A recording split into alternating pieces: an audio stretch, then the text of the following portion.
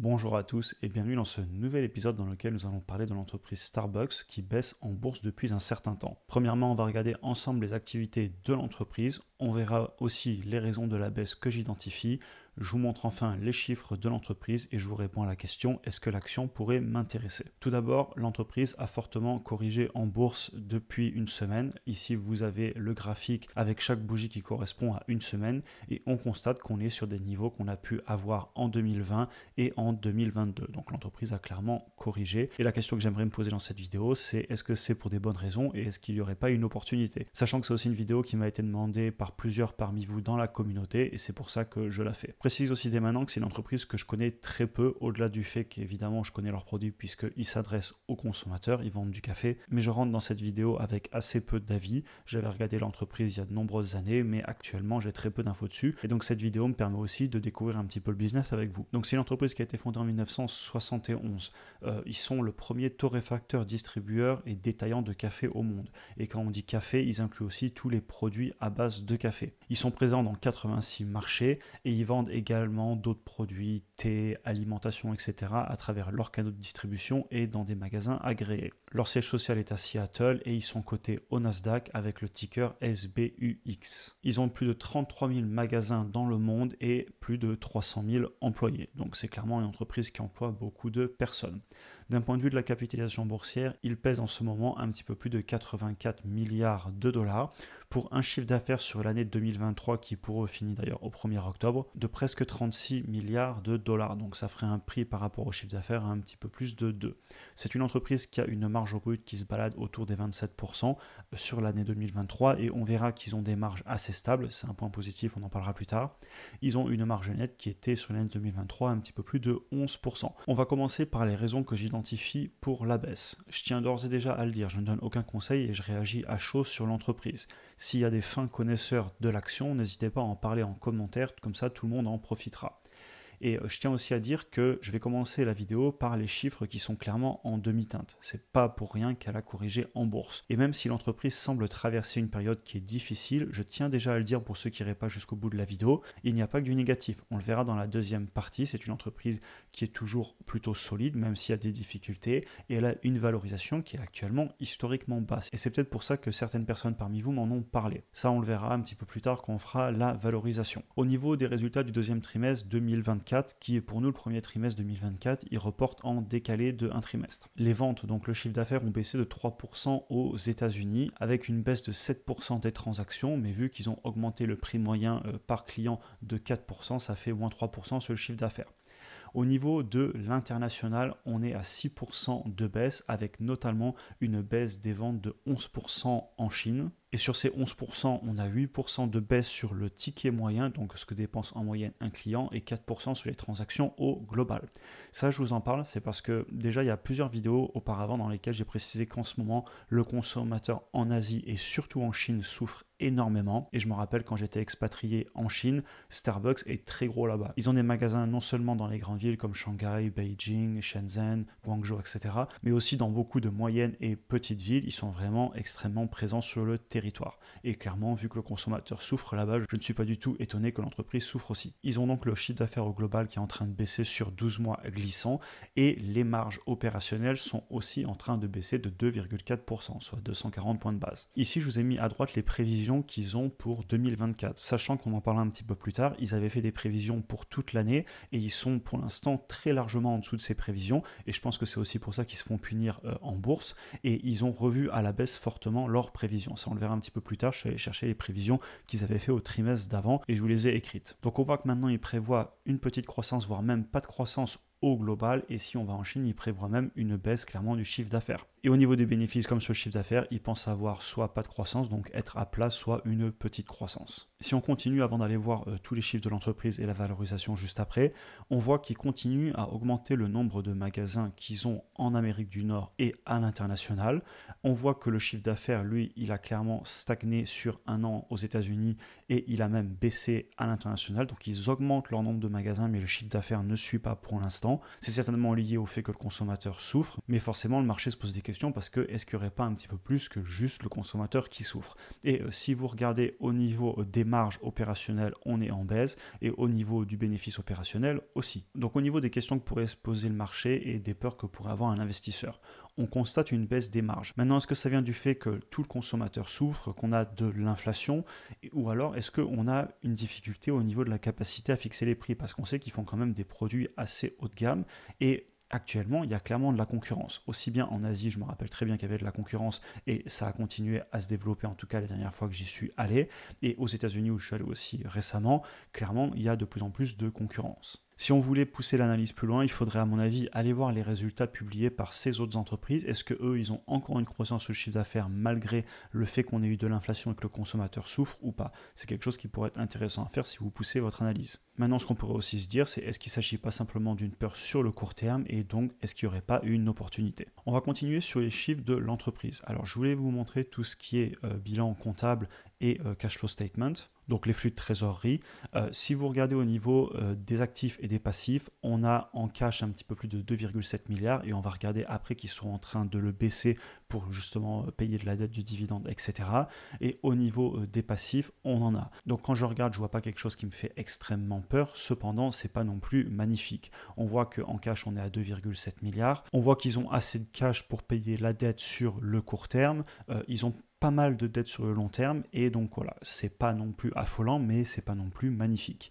En tout cas, c'est mon avis, je vous laisse mettre sur pause pour aller regarder les documents financiers où vous les trouverez directement sur le site destiné aux investisseurs. Au niveau du cash issu des opérations, on est à un petit peu plus de 2,8 milliards. On voit qu'ils payent pas trop de compensation pour tout ce qui est employé, direction, etc. C'est à noter. D'ailleurs, on verra plus tard, ils réduisent tout doucement sur le long terme le nombre d'actions. Si on regarde ensuite, on voit qu'en ce moment, clairement, ils sont en train de rembourser de la dette court terme et surtout de la dette long terme. Ils payent aussi un dividende, ce qui fait qu'actuellement, si vous regardez, au début de la période, ils avaient 3,5 milliards de cash, aujourd'hui ils sont à 2,7.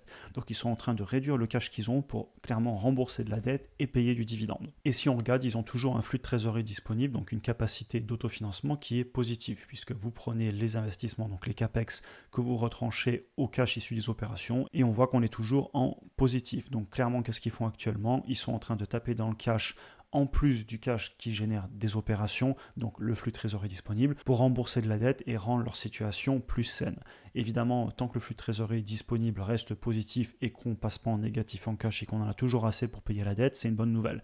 Cependant, je tiens à le dire, ils ont quand même, on était où je le retrouve ici en dette long terme, on est voilà à plus de 15 milliards. Donc clairement, il y a de la dette à rembourser. Et ils le font donc, rien à dire, mais ça va prendre un certain temps vu le flux de trésorerie disponible qui est quand même bien en dessous de ces 15 milliards. Et en plus, ils payent un dividende. Au niveau du chiffre d'affaires, on constate une augmentation. Donc là, je vous ai mis sur 10 ans en composé. On voit qu'ils ont fait du 8% par an. On voit effectivement le ralentissement qu'ils ont eu pendant la pandémie. C'est normal, les magasins ont été fermés dans beaucoup de pays à travers le monde. Depuis, ils se sont repris. Cependant, on constate le ralentissement depuis quelques trimestres où on voit que la courbe s'est aplatie et maintenant, on est en train de partir à la baisse sur le chiffre d'affaires. C'est les questions qu'on se posait un petit peu plus tôt. Est-ce que c'est inquiétant? Est-ce que c'est seulement du court terme? Ou est-ce que ça va continuer sur le long terme? Là, il faudra se forger sa propre opinion. Si on continue sur le flux de trésorerie disponible auquel on retranche les compensations destinées aux employés notamment, et je vous ai mis aussi ici le nombre d'actions et les dividendes. En fait, ce que je veux vous montrer avec ces trois graphiques, c'est que globalement, on voit que le flux de trésorerie disponible, il est en moyenne sur les 10 dernières années autour de 790 millions. Donc on voit clairement, ils utilisent leur capacité d'autofinancement, donc le flux de trésorerie disponible, pour payer du dividende et racheter des actions. Ce n'est pas une entreprise qui est en train d'essayer d'accumuler beaucoup de cash, elle l'utilise pour faire du retour aux investisseurs. Et ça me fait d'ores et déjà dire que c'est une entreprise qui est a priori plutôt mature, qui n'est pas là pour investir massivement dans le business, même s'ils ouvrent des nouveaux magasins, mais on voit quand même qu'ils ont une politique de redistribution et de retour aux investisseurs. Donc ça correspondra à un profil qui n'est pas forcément axé très croissance, mais peut-être plus dividende croissant, et ça on le verra après. Au niveau des marges, ils les tiennent bien. Sur les 10 dernières années, on voit qu'on a une marge brute qui se balade autour de 28%, ce qui est honnêtement pas si mal que ça pour une entreprise entreprise qui vend du café. On n'est pas sur du logiciel, il y a des coûts, il faut acheter le café, le torréfier, le distribuer, le vendre, etc. Et au niveau des marges nettes, on voit qu'ils se baladent globalement en moyenne autour de 12%, ce qui est aussi plutôt bon pour ce type de business. C'est pas extrêmement élevé comme du logiciel, mais on n'est pas non plus sur des industries qui auraient des marges très faibles comme la grande distribution, certaines industries lourdes, etc. On est quand même sur un business qui est rentable. Au niveau du dividende, on est sur un rendement actuel qui est quand même très élevé. Vous voyez qu'on est à 3,2%, alors que historiquement, on s'est plutôt baladé entre 1 et 2%. Si vous regardez sur les 10 dernières années en composé, il a augmenté de presque 16%, sur les 5 dernières années en composé de plus de 9%, et sur les 3 dernières années en composé de plus de 8%. Donc clairement, l'entreprise a une politique d'augmentation de son dividende, et on voit que si on la met ici face au S&P 500 sur 10 ans, globalement, on a un retour sur investissement qui est un tout petit peu meilleur pour le S&P 500, mais voilà, ça peut varier d'une année à l'autre comme vous le voyez sur le graphique. Donc globalement, je dirais que c'est une entreprise qui est à dividende croissant, qui n'est pas forcément énormément axé sur la croissance. C'est un business qui est mature et ça va certainement s'adresser à un profil qui croit dans l'entreprise, qui croit dans la capacité du business à se maintenir dans le temps et qui cherche à avoir du retour sur investissement via leur achat d'actions et via le dividende. Donc je placerai clairement l'entreprise dans cette catégorie sur du dividende et du dividende croissant via la croissance du business plutôt stable et des marges plutôt stables. Croissance du business qui inquiète en ce moment puisqu'on a vu le ralentissement, mais la question c'est est-ce qu'ils arriveront à le maintenir et à le remonter dans le temps. Au niveau des valorisations sur le prix par rapport au chiffre d'affaires, on est sur les 10 dernières années en bas. On est à un petit peu plus de 2,3 sur le prix par rapport au chiffre d'affaires, alors qu'on voit que la médiane et la moyenne historique sont plutôt de 3,6. Donc le business, en ce moment, le marché le paye moins cher, clairement. Et c'est cohérent puisque l'entreprise a fortement baissé en bourse. Le chiffre d'affaires, lui, il a ralenti sa croissance. Maintenant, il est en train de stagner, voire de baisser très légèrement vu les prévisions qu'on a. Ça, seul l'avenir nous le dira. Mais forcément, quand vous avez le chiffre d'affaires qui stagne, ce qui fait peur et donc l'action corrige, on se retrouve avec le ratio du prix par rapport au chiffre d'affaires qui s'écroule. Ça pourrait être une opportunité si on fait ces projections et qu'on croit sur le business dans le futur. Au niveau du PER, pareil, on est actuellement sous les 20, alors qu'on voit que la médiane historique est plutôt autour de 29 et la moyenne autour de 39. Mais il faut être prudent parce que vous voyez ici l'explosion du PER qu'on a eu sur 2020-2021 avec la pandémie, donc plutôt prendre la médiane. Mais globalement, le PER, historiquement, n'est pas élevé en ce moment. Et au niveau du prix par rapport au flux de trésorerie disponible, pareil, on est en ce moment autour de 22, alors que historiquement, aussi bien la moyenne que la médiane, on se balade autour de 30. Donc sur le papier, le marché est en train de donner à cette entreprise en ce moment une valorisation assez basse historiquement.